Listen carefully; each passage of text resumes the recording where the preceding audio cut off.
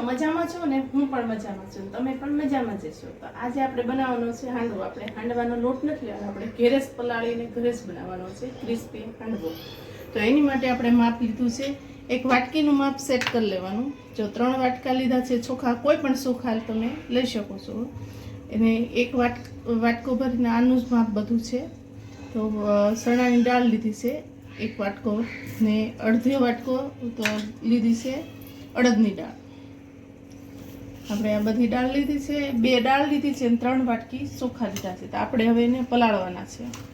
તો આપણે બધું મિક્સ કરી દઈશું.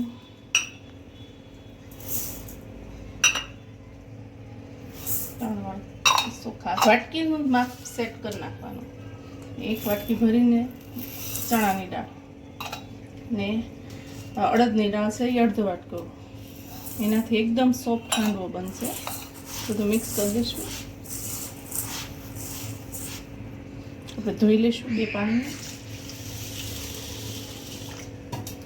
હવે 2 પાણી સરખુંથી ધોઈ નાખવાનું છે.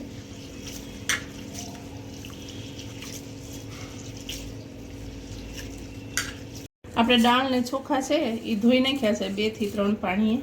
હવે આપણે એને પલાળવા રાખવાનું છે. આમે ઉનાળો છે ને એટલે ફટાફટ પલળી જાય, ફટાફટ હાથો પણ આવી જશે. તો આપણે એને દાળ ને ચોખા ડૂબે ને એટલું પાણી નાખવાનું છે.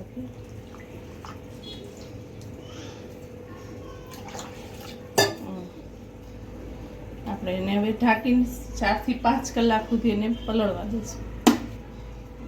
જો આપણે જો સવારે બપોરે બનાવવો હોય તો રાત્રે પલાળી દેવાનો, એટલે રાત્રે પલાળો એટલે સવારે વહેલું એને પીસી નાખવાનું ને બપોરે બનાવવાનું. જો તમારે રાત્રે બનાવવો હોય તો સવારે વહેલો પલાળી દેવાનો ને બપોરે પીસી નાખવાનો ને રાત્રે બનાવવાનો. એવી રીતે. આમે ઉનાળો છે એટલે હાથો પણ જલ્દીથી આવી જાય, એટલે આવી રીતે તમારે કરવાનું છે. ને 1 વાટકીનું માપ સેટ કરી લેવાનું છે, એ પ્રમાણમાં તમારે બનાવવાનો છે. આપણા દાળને ચોખા જે પલાળ્યા હતા એ પલળી ગયા છે. જો આવી રીતના 4 થી 5 કલાક થઈ છે. જો તૂટી જાય છે ને એ રીતે આપણે હવે એને પીસી લેવાના છે. બાઉલ લીધું છે. આવી રીતે આમાં જેટલું બાઉલમાં એટલું આપણે પાણી સાથે લેતું જવાનું છે. આ પાણી એટલે હાથો સરસ આવે એનો.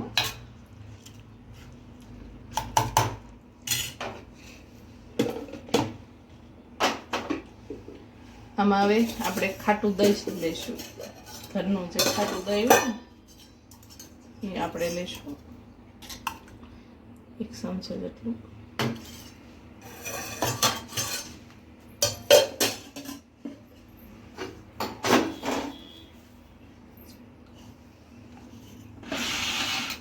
આપણે પીસી લેવાનું છે.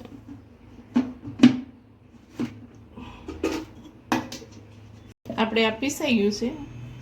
એકદમ સ્મૂથ નથી કરવાનું, આવું થોડું કકરું રાખવાનું છે, એટલે આપણો હાંડવો સોફ્ટ ને ક્રિસ્પી થાય.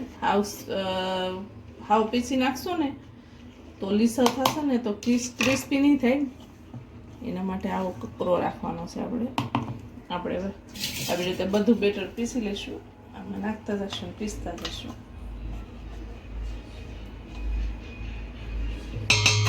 આપણું બેટર બધું પીસાઈ ગયું છે. દાળ ચોખાને આપણે હવે બધું કાઢી લઈશું. આવી રીતે આમ બધું કાઢી લેવાનું. એકદમ ઝીણું પીસાય ને તો હાંડવો આપણો એકદમ પોછો થાય. ને થોડુંક જાડું રાખી તો કકરું રાખીને તો ક્રિસ્પી થાય હાંડવો. હવે આપણે એને થોડી વાર આવી રીતે આમ હલાવવાનું છે. એટલે આમાં હવા ભરાશે ને તો આપણો હાંડવાનો હાથ ફટાફટ આવી જશે. તમને જો મારી રેસીપી સારી લાગતી હોય તો લાઈક કરજો, શેર કરજો, સબસ્ક્રાઈબ કરજો. પછી એકાબીજાને શેર કરજો. તમારા દોસ્તાર હોય, તમારી બેનપણી હોય એને ને વિડીયો શેર કરજો. ને તમારા ઘરે પણ બનાવજો. અત્યારે શું છે ગરમી હોવાથી આપણે શું છે કે રાત્રે આવું કંઈક અલગ અલગ બનાવીએ તો આપણને કંઈક ભાવે.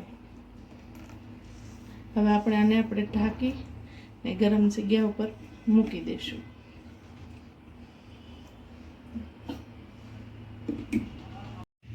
હવે આપણે બેટર જોઈ લઈશું. આપણે હવે હાંડવો બનાવવાનો છે. તો આપણું બેટર તૈયાર થઈ ગયું છે. હાથો આવી ગયો છે. જો મસ્ત થઈ ગયો છે બેટર. બધું મિક્સ કરી દઈશું. આવી રીતે આમ બધું મિક્સ કરી દેવાનું. હવે આપણે એક અલગ વાસણમાં લઈ લઈશું અડધો. આપણે જેટલો ક્યારે બનાવો એટલો લેવાનો. બીજો ફ્રીઝમાં મૂકી દેવાનો. હવે આમાં આપણે બધા વેજીટેબલને એવું નાખી દઈશું. આપણે લસણ, આદુ, લસણ ને મરચાંની પેસ્ટ લીધી છે. તીખું મરચું છે, ડુંગળી છે, કેપ્સિકમ છે, ધાણા ભાજી છે, દૂધી છે અને ગાજર છે. આ સિંગદાણાનો ભૂકો છે. એ બધું આમાં મિક્સ કરી દઈશું આપણે. તમારી પાસે જે વસ્તુ હોય વેજીટેબલમાં એ નાખી શકો. મારી પાસે તમે ડુંગળી ન ખાતા હોય, લસણ ન ખાતા હોય તો તમે સ્કીપ પણ કરી શકો છો.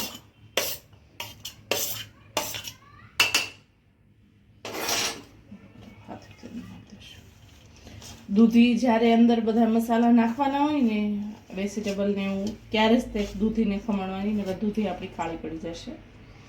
એટલા માટે એમાં આપણે હળદર નાખી દઈશું, અડધી ચમચી જેટલી મીઠું નાખી દઈશું. સાકરમાં મોટી એક ચમચી લીધી છે. ને થોડીક ખાંડ નાખી દઈશું ખટાશને બેલેન્સ કરવા. અડધી ચમચી જેટલી ખાંડ નાખવાની.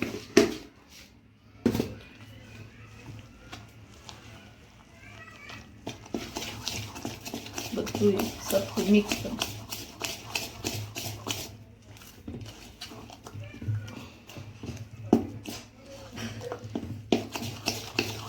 બધું આપણને મિક્સ કરી દેવાનું.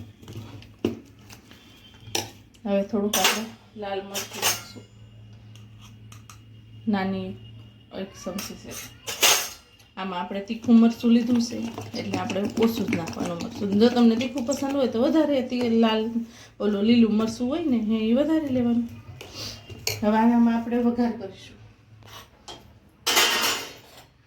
તો વઘારી મૂકશું.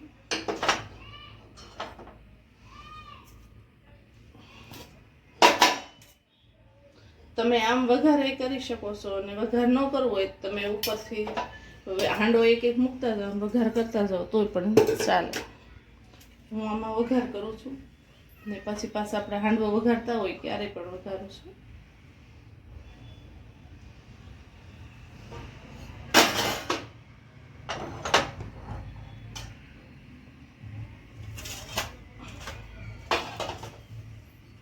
તમે આવી રીતે જ બનાવો છો તે અલગથી કાંઈ બનાવો છો તો મને તમે કમેન્ટમાં કહેજો. અમે તો આવી રીતે બનાવીશ. તેલ આવી ગયું, ચેક કરી લેશું.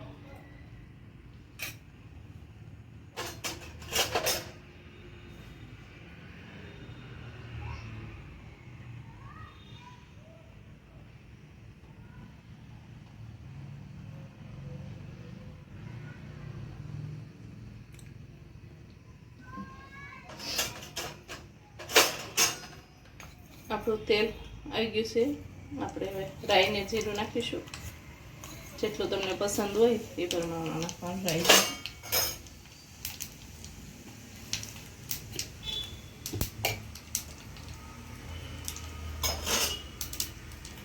કઢી પત્તો પસંદ હોય તો કઢી પત્તો પણ નાખી શકો છો.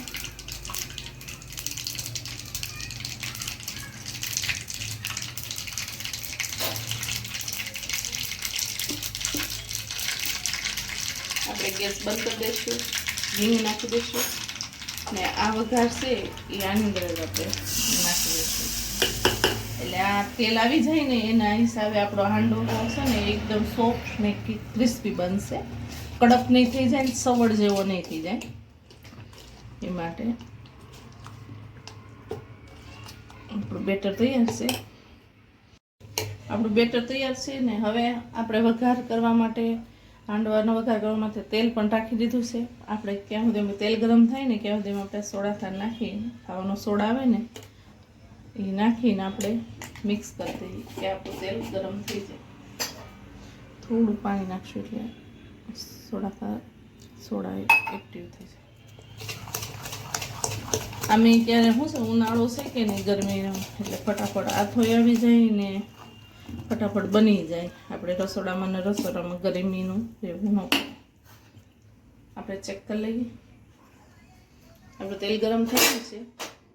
આપણે તલ નાખી ને આપણે વઘાર તો આમાં નાખ્યો છે. હવે તલ નાખીને આપણે હાંડવો પાથરશું.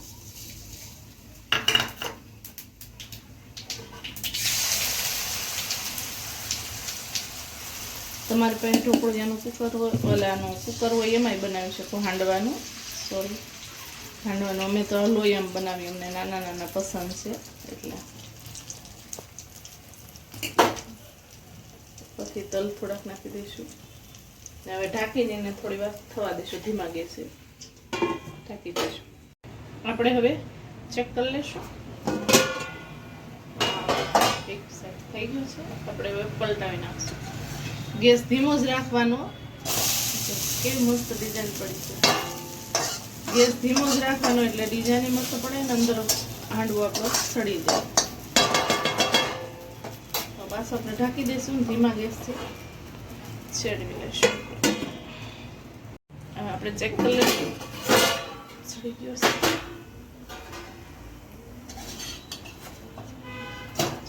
બે બાજુ સડી ગયો છે. ગેસ બંધ કરી દઈશું. હાંડવો બહાર કાઢી લઈશું. તૈયાર છે આપણો દાળ ચોખાનો હાંડવો. તૈયાર છે આપણો દાળ ચોખાનો હાંડવો. જો તમને મારી રેસીપી સારી લાગી હોય તો લાઈક કરો, શેર કરો, સબસ્ક્રાઇબ કરો. બને મિત્રો, બાય.